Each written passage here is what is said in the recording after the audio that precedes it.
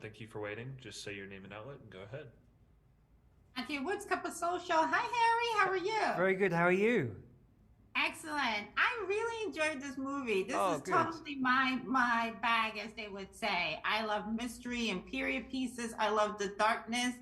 And I had you a little bit misguided in this. Your guy was quiet, but he had quite the backbone. Talk about what it's like to play someone that is underestimated and people don't quite, think he's as crafty, as intelligent as he turned out to be. Yeah, I think underestimated is a good word for Poe.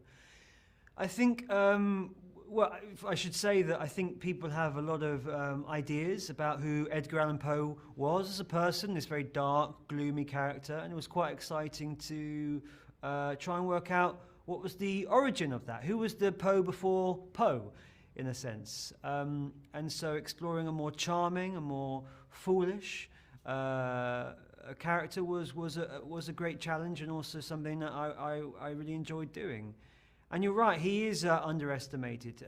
I think he says so, even so in a scene. I can't remember which scene, but I think it's halfway through. He talks about his experience with the cadets and feeling underestimated, and that always being the case for him.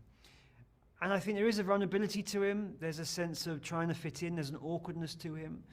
And all of those qualities were wonderful to try and piece together and work out who this guy was.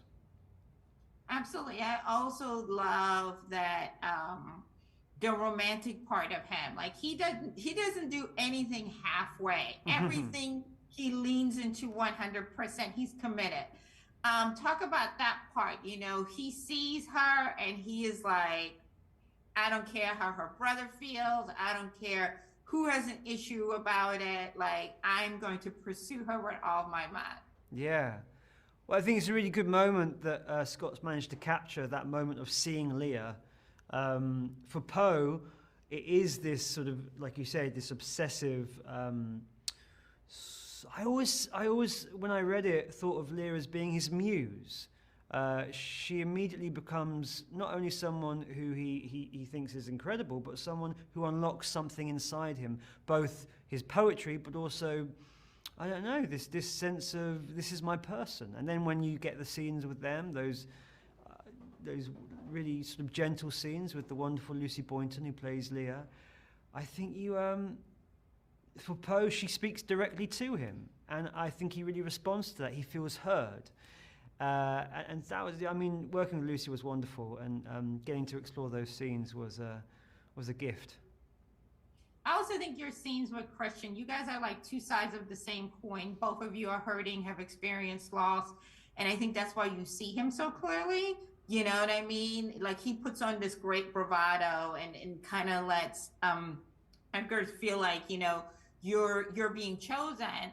But he sees right through that. Talk about that gift of being able to see someone for who they authentically are. Yeah, I think you're right. They're both outsiders in a sense.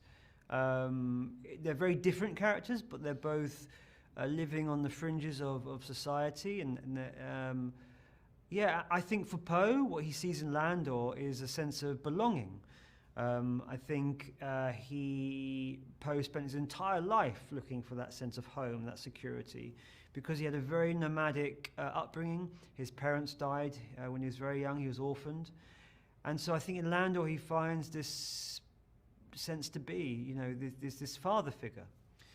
And as the sort of film unravels, it gets even more tender. It becomes even more special. They really do unite, and they find something in the other person that they need. And that was a lovely thing to navigate and to share with Christian. Absolutely. I really enjoyed this film, and kudos to you for getting that Southern accent down, which I'm sure was so different from your regular everyday speech, but you did a fantastic job, and best of luck to you. Thank you so much. Thank you.